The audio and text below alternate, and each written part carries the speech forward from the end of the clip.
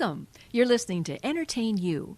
This is a radio program brought to you by the Sarasota County Film and Entertainment Office. I'm Jeannie Corcoran, your friendly neighborhood film commissioner, and we come in partnership with Society Bites Radio, which is part of the Radio Ear Network family. And thanks for being out there. I have an amazing guest today. I'm so excited that he's here, and you're going to be too when you hear his name. It is the legendary Shadoe Stevens. There's an auditorium in my head with 10,000 people cheering, "Olé, olé," and one person screaming, "You suck." Guess which one I listen to? It's like, oh, the one who knows the secret. Oh, the secret. You know the secret. Right. But, Shadoe, you know everything. I mean, you have been in radio, you've been in television, you've been in film, you've done voiceovers, you've been an actor on screen, you've been a radio DJ around the universe.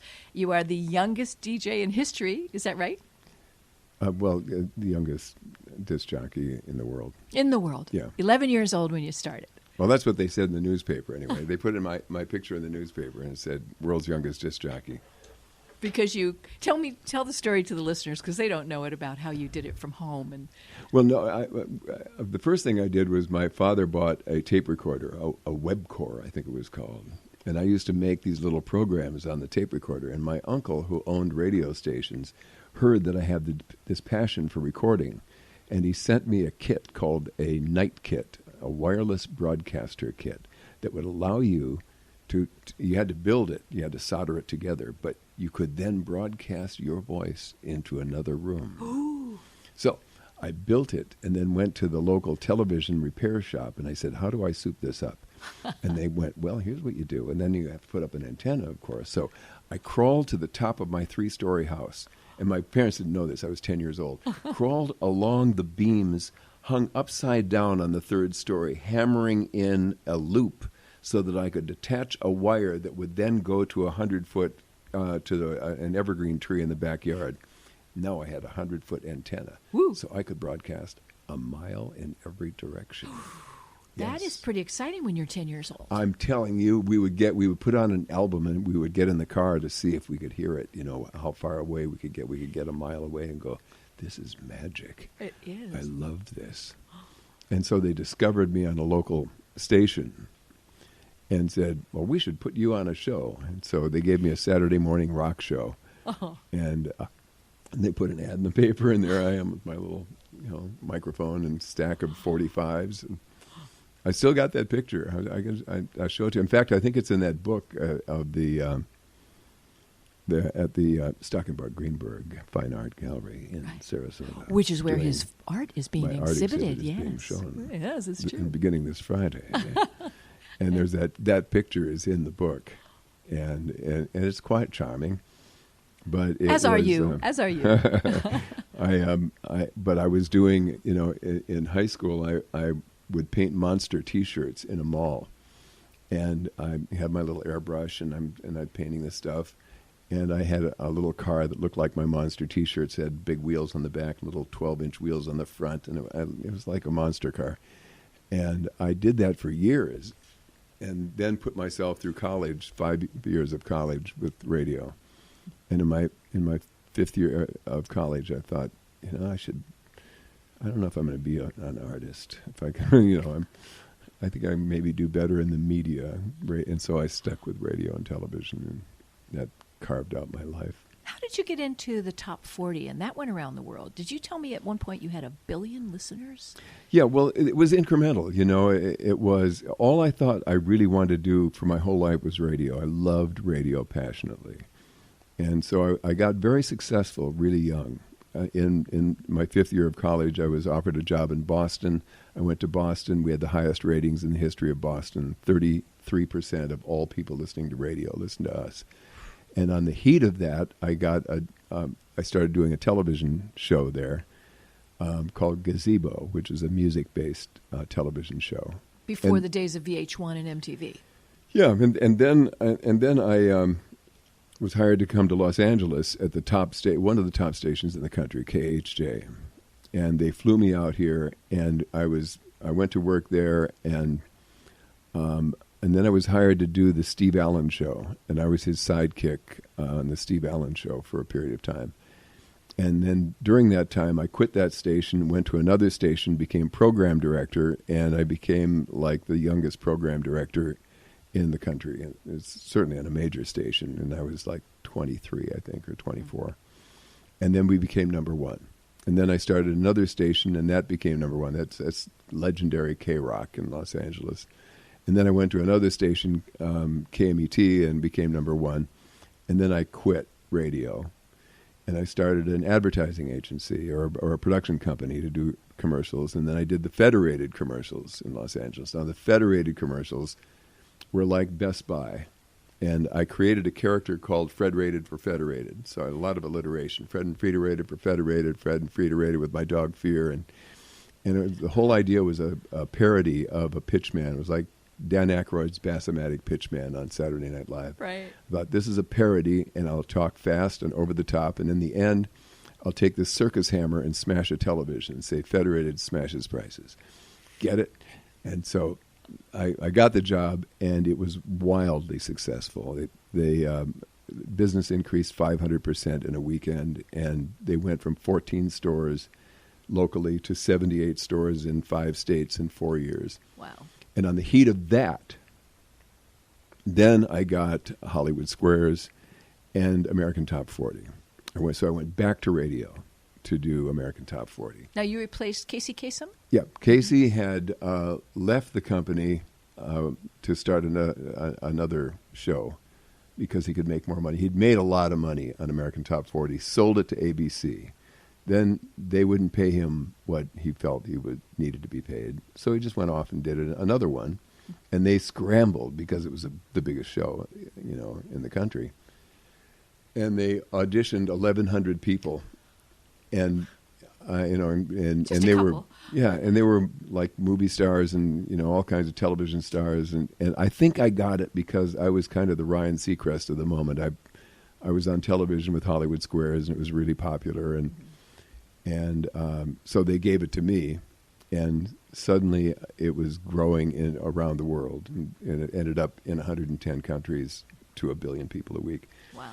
So we had to suffer through 7 years of flying around the world to Bali and to Hong Kong and to Oslo, Norway. What a tough life. In every city we would be greeted by the radio station, and they would show us the highlights and take us to dinner, and we'd do little shows in Tokyo, and it was ridiculous. It was so much fun. And this is my wife and I went everywhere and took the kids too, and a lot of them. Mm-hmm. And Cape Town, South Africa, went on a safari, and it was remarkable. Mm-hmm. And then after that, I started a company called Rhythm Radio, the sound of the world in a good mood. And we raised the money to build it up and got it going, and it was going great. And it was on in 30 countries, and it was on the internet in 7 languages. It was, the idea was rhythmic music lifts your spirits. So it was no ballads, but in any language and any style, any music that lifted you up, that made you feel better, that made you happy. Caught you up in its joy. Yeah. So there was a lot of English music, but there was Portuguese, and there was Mandarin, and there was Spanish, and there was Dutch. And there was music from everywhere. We would find the best of the best, and then create this programming that would broadcast it, and then it was all the same kind of branding. And the branding was then translated, and I would personally translate it into French or into Spanish with experts, and we'd find the most poetic way to say the sound of the world in a good mood, or feel as better as good can get, or all of these little slogans that I would come up with. And so now it's flying high. We sell it to Nescafé, worldwide rights for a year, and the .com crash happens. Yeah. So they said the internet was a fluke. They literally said the internet is a fluke. We will not invest in it. Them there talkie movies will never catch on. That's right. That's so true. Isn't that the way that people are? That's right. It's so funny. And so that's what happened. They wouldn't invest and they wouldn't advertise, and the company went under. I remember when I had to do a lot of things. My mom said when she was a kid that her mom bought one of the early color televisions. Yeah. And people said, nobody's ever going to pay all that extra money for color. Who cares about color? Yeah. Now here we are. Yes, here we are. Each time there's a new development, there's always someone who's an expert to tell you you're wrong. And never catch on. Yeah. And that, and I've actually, because of all of the, I made a lot of changes in my life, and I've had to do a lot of different things, but I didn't set out to do that. I was happy in radio, but then I hit a wall. And so I have this suite of art called The Transdimensional Symbolism of Rocky Waters. And Rocky Waters is a character in each piece. And for those of you who don't know, Shadoe Stevens is an artist. Let me tell you, you should see his artwork. It is one of a kind. It's so hard to describe it. It's really experiential when you look at it. All the layers that you feel when you see it, and it's multimedia, and the graphics and the style, and you use computers and you use hand drawn. And how did you come up with that approach? Because it really is unique. I just followed what appealed to me. Mm-hmm. I was doing it for myself, basically. And it was to express, I wanted to express, what we all go through in life. You everything's going fine. In the first piece, Rocky Waters, who is depicted as like a 1940s era football field goal kicker. His arms are out, Christ-like in the crucifix. His arms are out, and he's done this kick. And it says, just when he thought he was winning the game, fate took a turn down a blind alley, and suddenly he was forced to confront fear, doubt, and change. Mm. And so each piece, and there are like 3x5 pieces, each piece is a different representation of an outlook on reality through the eyes of Rocky Waters as he transcends. And the first one's called the gravitational pull of sanity. And the next one's called the mellifluous bellow of chronic reality. And each of them is a different exploration into doubt and fears that come about when you're forced to change and learn something new and have to keep kicking, No matter what, you have to keep going, or you fall into despair. And ultimately, it's the hero's journey. He falls into despair and falls into a black hole in the universe and surrenders. And in the surrender comes the resurrection, becomes the phoenix, becomes, now I have enough.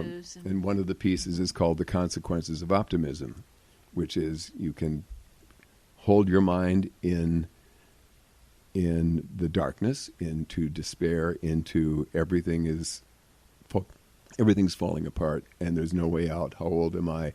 It'll never get better. I'm doomed. I'm going to end up homeless. You can follow that because your mind looks for what's wrong and makes a list. And it tells a narrative very quickly if you don't watch how you're thinking. Right. So you have to be watching where you place your mind. And the other one is to live in possibilities. And a lot of possibilities come out of faith, and that can be faith. I've studied the harmony of religions and found that there is a consistency about the power of faith through all religions, no matter what. We get lost in dogma because most people, who dismiss God, think of it in eight-year-old terms. Think it's like the Santa Claus God or the punishing God or whatever that is. And we get lost in the rules and regulations that dogma teaches us, depending on that particular approach to finding the Creator. And in this case, it is a mindset that reminds you that there is a bigger picture. And you can choose. And that you can harmony. choose. You can choose joy. But it takes an effort. Mm-hmm. You have to apply yourself in order to reap the benefits, because I really believe that the Creator set up that the infinite unknown